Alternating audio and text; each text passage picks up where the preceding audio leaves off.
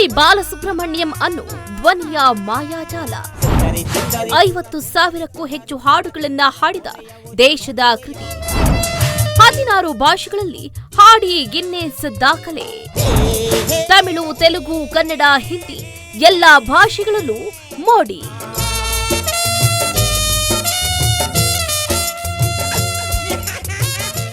S, Bharat ಚಿತ್ರರಂಗ ಕಂಡ ಮಹಾನ್ ನಾಯಕ ಎಸ್ಪಿ ಬಾಲಸುಬ್ರಹ್ಮಣ್ಯಂ ಅವರು ಜೂನ್ 4, 1946ರಂದು ಆಂಧ್ರ ಪ್ರದೇಶದ ಚಿತ್ತೂರಿನ ಕೋನೇಟಮ್ಮಪೇಟದಲ್ಲಿ ಜನಿಸಿದ್ದಾರೆ. ಹರಿಕತೆ ಹೇಳ್ತಿದ್ದ ಇವರ ತಂದೆ ಎಸ್ಪಿ ಸಾಂಬಾಮೂರ್ತಿಯವರೇ ಇವರಿಗೆ ಪ್ರೇರಣೆ. ಹಾಡುವುದನ್ನ, ಹಾರ್ಮೋನಿಯಂ, ಕೊಳಲುಗಳನ್ನ ತಮ್ಮಷ್ಟಕ್ಕೆ ತಾವು ನುಡಿಸ್ತಾ ಸಂಗೀತದ ಪರ್ವತವೇ ಆದರು. ಮುಂದೆ ಮೇರು ಪ್ರಸಿದ್ಧಿ ಪಡೆದ ನಂತರದಲ್ಲಿ ವಿಧೇಯ ವಿದ್ಯಾರ್ಥಿಯಂತೆ ಶಾಸ್ತ್ರೀಯ ಸಂಗೀತವನ್ನು ಕೂಡ ಅಭ್ಯಾಸ ಮಾಡಿದ್ರು. ಎಸ್ಪಿ ಬಾಲಸುಬ್ರಹ್ಮಣ್ಯಂ ಅಂದ್ರೆ ಎಸ್ಪಿಬಿ ಅಥವಾ ಬಾಲು. ಭಾರತದ ಪ್ರಸಿದ್ಧ ಗಾಯಕರು. ಅವರು ತೆಲುಗು ಕುಟುಂಬದಲ್ಲಿ ಹುಟ್ಟಿ ಎಂಜಿನಿಯರಿಂಗ್ ಓದಿದ್ರು. ಸಂಗೀತದ ಪ್ರೀತಿಯಿಂದ 1966ರಲ್ಲಿ ಚಿತ್ರರಂಗದಲ್ಲಿ ಹಾಡುಗಾರರಾಗಿ ಪ್ರವೇಶಿಸಿದ್ರು. ತಮ್ಮ ಗುರು ಎಸ್ಪಿ ಕೋದಂಡಪಾಣಿಯವರ ಪ್ರೇರಣೆಯಿಂದ ಸಾವಿರಾರು ಹಾಡುಗಳನ್ನ ವಿವಿಧ ಭಾಷೆಗಳಲ್ಲಿ ಹಾಡಿದ್ರು. 50,000ಕ್ಕೂ ಹೆಚ್ಚು ಹಾಡುಗಳು, 16 ಭಾಷೆಗಳು. ಇವರ ಸಂಗೀತ ಸಾಧನೆ ಗಿನ್ನಿಸ್ ದಾಖಲೆಗೂ ಕಾರಣವಾಗಿದೆ. 6 ರಾಷ್ಟ್ರೀಯ ಪ್ರಶಸ್ತಿಗಳು, 25 ನಂದಿ ಪ್ರಶಸ್ತಿಗಳು, ಪದ್ಮಶ್ರೀ, ಪದ್ಮಭೂಷಣ ಮತ್ತು ಪದ್ಮವಿಭೂಷಣ ಸೇರಿದಂತೆ ಅನೇಕ ಗೌರವಗಳನ್ನ ಪಡೆದಿದ್ದಾರೆ. ಎಸ್ಪಿಬಿ ಒಬ್ಬ ಕಲಾತ್ಮಕ, ಜನಪ್ರಿಯ ಹಾಗೆ ದಿಟ್ಟ ಧ್ವನಿಯ ಕಲಾವಿದ. ಒಮ್ಮೆ ಇವರು ತಮಿಳು, ತೆಲುಗಿನಲ್ಲಿ ಒಂದೇ ದಿನದಲ್ಲಿ 19 ಗೀತೆಗಳನ್ನ ಧ್ವನಿಮುದ್ರಿಸಿದ್ರು. ಕನ್ನಡದಲ್ಲಿ ಒಂದೇ ದಿನ 17 ಗೀತೆಗಳನ್ನ ಧ್ವನಿಮುದ್ರಿಸಿದ್ರು. ಹಿಂದಿಯಲ್ಲಿ ಒಂದೇ ದಿನ 16 ಹಾಡುಗಳನ್ನ ಧ್ವನಿಮುದ್ರಿಸಿದ್ರು. ಇದು ಎಸ್ಪಿಬಿ ಅವರ ಸಾಮರ್ಥ್ಯ, ಅವರಿಗಿದ್ದ ಬೇಡಿಕೆ, ಅವರಿಗಿರುವ ವೈಶಲ್ಯತೆಗಳಿರುವ ನಿದರ್ಶನ. ಸಂಗೀತ ಪ್ರಧಾನವಾದ ಭಾರತೀಯ ಚಿತ್ರರಂಗದಲ್ಲಿ ಒಂದು ರೀತಿಯಲ್ಲಿ ಹಿನ್ನೆಲೆ ಗಾಯಕರು ಅಭಿನಯಿಸುವವರ ಆತ್ಮವಿದ್ದಂತೆ. ಎಸ್ಪಿ ಬಾಲಸುಬ್ರಹ್ಮಣ್ಯವರು ಆಂಧ್ರ ಪ್ರದೇಶದ ನೆಲ್ಲೂರಿನಲ್ಲಿ ಜನಿಸಿದ್ದು ಸಂಗೀತಮಯ ಪರಿವಾರದಿಂದ ಬಂದವರು. ಎಂಜಿನಿಯರ್ ಆಗ್ಬೇಕಂತಿದ್ದವರು ಬಾಲ್ಯದಲ್ಲಿ ಸಂಗೀತದ ಪ್ರೀತಿ ಬೆಳೀತು. ತೀವ್ರ ಜ್ವರದಿಂದ ಓದು ಬಿಡಬೇಕಾದ್ರೂ ಹಾಡುವ ಶಕ್ತಿಯನ್ನ ಎಂದಿಗೂ ಬಿಡಲಿಲ್ಲ. ಅವರು 1964ರಲ್ಲಿ ಗಾಯಕರ ಸ್ಪರ್ಧೆಯಲ್ಲಿ ಜಯವನ್ನ ಗಳಿಸಿ ಗುರುಗಳ ಗಮನವನ್ನ ಸೆಳೆದ್ರು.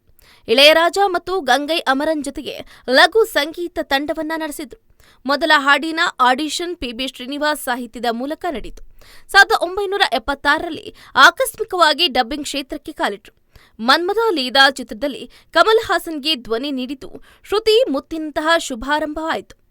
ಅವರು ಕಮಲ್ ಹಾಸನ್, ರಜನಿಕಾಂತ್, ವಿಷ್ಣುವರ್ಧನ್, ಸಲ್ಮಾನ್ ಖಾನ್, ಗಿರೀಶ್ ಕಾರ್ನಾಡ್ ಮುಂತಾದ ನಟರಿಗೆ ವಿವಿಧ ಭಾಷೆಗಳಲ್ಲಿ ಧ್ವನಿಯನ್ನು ನೀಡಿದ್ದಾರೆ.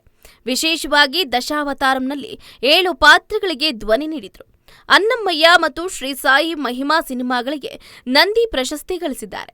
ಶ್ರೀರಾಮರಾಜ್ಯಂ ಚಿತ್ರದಲ್ಲಿ ನಂದಮೂರಿ ಬಾಲಕೃಷ್ಣ ಮತ್ತು ಗಾಂಧಿ ಚಿತ್ರದಲ್ಲಿ ಬೆನ್ ಕಿಂಗ್ಸ್ಗೆ ಧ್ವನಿಯನ್ನ ನೀಡಿದ್ರು. ಹಾವಿನ ದ್ವೇಷ 12 ವರ್ಷ ಅಂತ ಎಸ್ಪಿ ಹಾಡಿದಾಗ ವಿಷ್ಣುವರ್ಧನ್ ರಾಮಾಚಾರಿ ಆಗ್ಬಿಟ್ರು. ಸ್ನೇಹದ ಕಡಲಲ್ಲಿ ಅಂತ ಹಾಡಿದಾಗ ಶ್ರೀನಾಥ್ ಗರಿಗೆ ಎದುರುಬಿಟ್ರು. ಎಲ್ಲಿರುವೆ ಮನದ ಕಾಡುವ ರೂಪಸಿಯೇ ಅಂತ ಅನಂತ್ನಾಗ್ ಆಕಾಶಕ್ಕೆ ಹಾರಿದ್ರು. ನಲಿವ ಗುಲಾಬಿ ಹೂವೆ ಅಂತ ಶಂಕರ್ ನಾಗ್ ಭಾವಸ್ಥರಾದ್ರು. ದಕ್ಷಿಣ ಭಾರತದ ರಜನಿಕಾಂತ್, ಕಮಲ್ ಹಾಸನ್, ಚಿರಂಜೀವಿ ಹೀಗೆ 70-80ರ ದಶಕದಿಂದ 2000ದ ದಶಕದವರೆಗೆ ಬಹುತೇಕ ಹೀರೋಗಳಂತ ಧ್ವನಿಗಳಿಗೆ ಶಕ್ತಿ ಇವರಾದ್ರು. ಇವರ ಧ್ವನಿಯ ಮೋಡಿ ಎಂಜಿಆರ್, ಶಿವಾಜಿ ಗಣೇಶನ್, ಎನ್ಟಿ ರಾಮರಾವ್, ರಾಜ್ಕುಮಾರ್, ಅಕ್ಕಿನೇನಿ ಅಂತಹ ಹಿರಿಯರಿಗೆ ಕೂಡ ಆಗಾಗ ಇಣುಕ್ತಾ ಇತ್ತು. ಹಿಂದಿಯಲ್ಲಿ ಏಕ್ ದೂಜೆ ಕಿಲಿಯೇ ಬಂದಾಗ ಬಾಲು ಹಿಂದಿ ಚಿತ್ರರಂಗವನ್ನ ತಮ್ಮ ಮೋಡಿಗೆ ಸೆಳೆಕೊಂಡ್ರು. ಸಾಜನ್, ಮೈನೆ ಪ್ಯಾರ್ ಕಿಯಾ ಮುಂತಾದ ಚಿತ್ರಗಳು ಬಂದಾಗ ರಫಿ ಕಿಶೋರ್ ಅವರನ್ನ ಕಳೆದುಕೊಂಡು ಕಂಗಾಲಾಗಿದ್ದ ಹಿಂದಿ ಚಿತ್ರರಂಗಕ್ಕೆ ಇವರು ಬೆನ್ನೆಲುಬಾದ್ರು. ಶಂಕರಾಭರಣಂ, ಪಂಚಾಕ್ಷರಿ ಗವಾಯಿ, ಸಾಗರ ಸಂಗಮಂ, ಸ್ವಾತಿ ಮುತ್ಯಂ, ರುದ್ರವೀಣಾ, ಏಕ್ ದೂಜೆ ಕೆಲಿಯೇ ಚಿತ್ರಗಳ ಹಾಡುಗಳಿಗೆ ರಾಷ್ಟ್ರ ಪ್ರಶಸ್ತಿ ಪಡೆದರು. ಪದ್ಮಶ್ರೀ, ಪದ್ಮಭೂಷಣ, ಹಲವು ಡಾಕ್ಟರೇಟ್ ಪದವಿಗಳು, ಸಾವಿರಾರು ಇನ್ನಿತರ ಗೌರವ ಪ್ರಶಸ್ತಿಗಳು ಅವರನ್ನ ಹುಡುಕಿಕೊಂಡು ಬಂದವು. ಎಸ್ಪಿಬಿ ಅವರು ಹಾಡಿರುವ ಹಾಡುಗಳ ಸಂಖ್ಯೆ 45,000ಕ್ಕೂ ಹೆಚ್ಚು. ವಿವಿಧ ಭಾಷೆಗಳ ಪರದೆಯಲ್ಲಿ ಎಷ್ಟೊಂದು ಗೀತೆಗಳನ್ನ ಹಾಡಿರುವವರು ಇವರೊಬ್ಬರೇ ಎನ್ನಲಾಗ್ತಾ ಇದೆ. ಸಂಗೀತ ನಿರ್ದೇಶಕರಾಗಿ, ಹಲವಾರು ನಾಯಕರಿಗೆ ಮಾತುಗಾರರಾಗಿ, ನಟರಾಗಿ, ನಿರ್ಮಾಪಕರಾಗಿ ಕೂಡ ಬಾಲು ಚಿತ್ರರಂಗದಲ್ಲಿ ಅಪಾರ ಸಾಧನೆಯನ್ನ ಮಾಡಿದ್ದಾರೆ.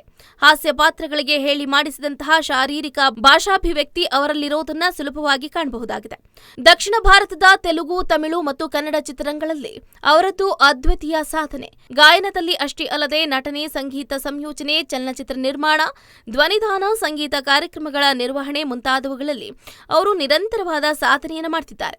ವಿವಿಧ ಭಾಷೆಗಳ ಪರದೆಯಲ್ಲಿ 45,000ಕ್ಕೂ ಹೆಚ್ಚು ಆಡಿರುವ ಎಸ್ಪಿಬಿ ಅವರಿಗೆ 4 ಭಾಷೆಗಳಲ್ಲಿ ಒಟ್ಟು 6 ರಾಷ್ಟ್ರ ಪ್ರಶಸ್ತಿಗಳು, ಪದ್ಮಶ್ರೀ, ಪದ್ಮಭೂಷಣ ಪ್ರಶಸ್ತಿಗಳು, 25 ಬಾರಿ ಆಂಧ್ರಪ್ರದೇಶ ಸರ್ಕಾರದ ನಂದಿ ಪ್ರಶಸ್ತಿ, 4 ಭಾಷೆಗಳಿಗಾಗಿ ರಾಷ್ಟ್ರ ಪ್ರಶಸ್ತಿ ಪಡೆದ ಏಕೈಕ ವ್ಯಕ್ತಿಯಾಗಿದ್ದಾರೆ. ಎದೆ ತುಂಬಿ ಹಾಡಿದೆನು. ದೂರದರ್ಶನದಲ್ಲಿ 1 ದಶಕದಿಂದ ಎದೆ ತುಂಬಿ ಹಾಡಿದೆನು ಕಾರ್ಯಕ್ರಮವನ್ನ ನಡೆಸಿಕೊಡ್ತಾ ಇರುವಂತೆ ಇತರ ಭಾಷೆಗಳಲ್ಲೂ ಅಂಥದೇ ಕಾರ್ಯಕ್ರಮಗಳನ್ನ ಬಾಲು ನಡೆಸಿಕೊಡ್ತಾ ಇದ್ರು. ಅವರು ಪುಟ್ಟ ಮಕ್ಕಳಿಂದ ಹಿಡಿದು ಸಂಗೀತ ದಿಗ್ಗಜಗಳವರೆಗೆ ಹಿರಿಯರು, ಕಿರಿಯರು ಎಲ್ಲರನ್ನ ಗೌರವಪೂರ್ವಕವಾಗಿ ನಡೆಸಿಕೊಳ್ಳುವುದನ್ನ ಕಾಣುವುದೇ ಒಂದು ಚಂದ ಅನ್ನೋದು ಅವರ ಅಭಿಮಾನಿ ವೀಕ್ಷಕರುಗಳ ನುಡಿ. ಇವರ ಒಟ್ಟಾರೆ ಪ್ರಮುಖ ಸಾಧನೆಗಳನ್ನ ಹೇಳುವುದಾದ್ರೆ ಅದು ಅಪರಿಮಿತವಾದದ್ದು. ನಿಧನ 2020 ಆಗಸ್ಟ್ 5ರಂದು ಎಸ್ಪಿಬಿ ಅವರಿಗೆ ಕೋವಿಡ್-19 ಪಾಸಿಟಿವ್ ಆಯಿತು ಮತ್ತು ಅವರನ್ನ ಚೆನ್ನೈನ ಎಂಜಿಎಂ ಆಸ್ಪತ್ರೆಗೆ ದಾಖಲು ಮಾಡಲಾಯಿತು. ಅಸ್ವಸ್ಥತೆ ಹೆಚ್ಚಾಗಿ ಅವರನ್ನ ವೆಂಟಿಲೇಟರ್ ಮತ್ತು ಎಸಿಎಂಒ ಸಹಾಯದಿಂದ ತೀವ್ರ ನಿಗಾ ಘಟಕಕ್ಕೆ ಸ್ಥಳಾಂತರ ಮಾಡಲಾಯಿತು. ಸುಮಾರು 1 ತಿಂಗಳು ಹೋರಾಡಿದ್ರು. ಇಂಡಸ್ಟ್ರಿ ಅಭಿಮಾನಿಗಳು ಎಲ್ಲೆಡೆ ಪ್ರಾರ್ಥನೆ, ಝೂಮ್ನಲ್ಲಿ ಸಮೂಹ ಪೂಜೆಗಳು, ಹಾಸ್ಪಿಟಲ್ ಹೊರಗಡೆ ಕ್ಯಾಂಡಲ್ ಹೋಲ್ಡಿಂಗ್, ಅವರ ಚೇತರಿಕೆಗಾಗಿ ಎಲ್ಲರೂ ಒಂದಾದ್ರು. ಅವರ ಆರೋಗ್ಯದಲ್ಲಿ ಏರಿಳಿತ ಆದರೂ ಸೆಪ್ಟೆಂಬರ್ 24ರಂದು ಅವರ ಸ್ಥಿತಿ ತುಂಬಾ ಗಂಭೀರ ಆಯಿತು. ಸೆಪ್ಟೆಂಬರ್ 25, 2020ರಂದು ಹೃದಯ ಶ್ವಾಸಕೋಶ ವೈಫಲ್ಯದಿಂದ ನಿಧನರಾದರು. ಅವರಿಗೆ 74 ವರ್ಷವಾಗಿತ್ತು. ಅವರು ತಮಿಳುನಾಡಿನ ತಮರೈಪಾಕ್ಕಂನಲ್ಲಿ ಸರ್ಕಾರಿ ಗೌರವದೊಂದಿಗೆ ಅಂತ್ಯಕ್ರಿಯೆಯನ್ನು ಕೂಡ ನೆರವೇರಿಸಲಾಯಿತು. ನಟರು ಮತ್ತು ಸಂಗೀತ ಪ್ರೇಮಿಗಳ ಧ್ವನಿಯಾದ ಅವರು ತಮ್ಮ ಧ್ವನಿಯಿಂದ ಚಿತ್ರರಂಗಕ್ಕೆ ಅಪಾರ ಕೊಡುಗೆಯನ್ನು ನೀಡಿದ್ದಾರೆ. ಅವರ ಸಂಗೀತವು ಜನರ ಮನಸ್ಸಲ್ಲಿ ಶಾಶ್ವತವಾಗಿ ಉಳಿದಿದೆ. ಹೆಚ್ಚಿನ ಸುದ್ದಿಗಳಿಗಾಗಿ ನಮ್ಮ ಚಾನೆಲ್ನ ಸಬ್ಸ್ಕ್ರೈಬ್ ಮಾಡಿ.